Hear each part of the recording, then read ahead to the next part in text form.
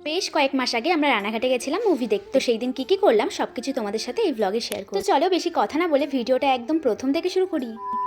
So hello everyone, আমি সুপর্ণা। আমার একটা নতুন দিনের নতুন ব্লগে তোমাদের সবাইকে ওয়েলকাম। ডিসেম্বরে ভাইয়ের এক্সাম হওয়ার পরে ওর স্কুল ছুটি ছিল, আর আমারও পড়ানো ছিল না, কারণ আমার সব স্টুডেন্টদেরই এক্সাম হয়ে গেছিল। এই ছুটির দিনগুলো কাটানোর জন্য আমরা চলে গেছিলাম মানিবাড়ি। কাছে পিঠে কয়েকদিন বেড়ানোর জন্য আমাদের মানিবাড়ি কিন্তু দেখো গাইঘাটা থেকে অটো করে কিন্তু আমরা বনগাঁয় চলে এলাম। এখানে এসে দেখি গেট পড়েছে, আর একটুর জন্য কিন্তু আমরা ট্রেনটা মিস করলাম। আর একটু আগে আসলে এই ট্রেনটায় পেয়ে যেতাম, আবার এখনো 1 ঘন্টা ওয়েট করতে হবে। স্টেশনে এসে আমি আর ভাই একটু ঘুগনি খেয়ে নিলাম, আর ওইদিকে ভাই গেছে টিকিট কাটার জন্য। তারপরে এখানে ট্রেনের জন্য আমরা ওয়েট করছি, ততক্ষণে আমাদের খিদে পেয়ে গেছে। এইদিকে ভাই কিনেছিল বিস্কুট, তো সেটাই খাচ্ছিলাম আর গল্প করছিলাম। বছরে যে আমরা কতবার মানিবাড়িতে আসি তার কোনো ঠিক ঠিকানা নেই। একটা ওকেশন পেলেই হলো দৌড়ে চলে আসি মানিবাড়িতে। আর আমাদের আসার মধ্যে আমি, আমার ভাই আর রিন্টু এই তিনজনই কিন্তু চলে আসি। দেখো ট্রেনও চলে এসে আর দেখতে দেখতে পৌঁছে গেলাম আমরা মাঝের গ্রামে। বাড়ি থেকে বেরিয়েছি সেই কোন দুপুরবেলা, আর পৌঁছাতে পৌঁছাতে কিন্তু বিকেল হয়ে গেল। সন্ধ্যেবেলায় অরূপ ভাই আমাদের জন্য নিয়ে এসেছিল চাউমিন, তো আমি এখন সেটাই প্লেটে সাজিয়ে দিলাম। একজন তো নিয়ে খাওয়া শুরু করে দিয়েছে, কারণ ওনার কাছে ফোন নেই, আর বাকি দুইজন গেম খেলেই যায়। মানিবাড়ির পাশে পরের দিন ছিল অষ্টম প্রহর নামযজ্ঞের শুরু। তো তার আগের দিনকে পাড়ার সব বাচ্চা বাচ্চা মেয়েদের নিয়ে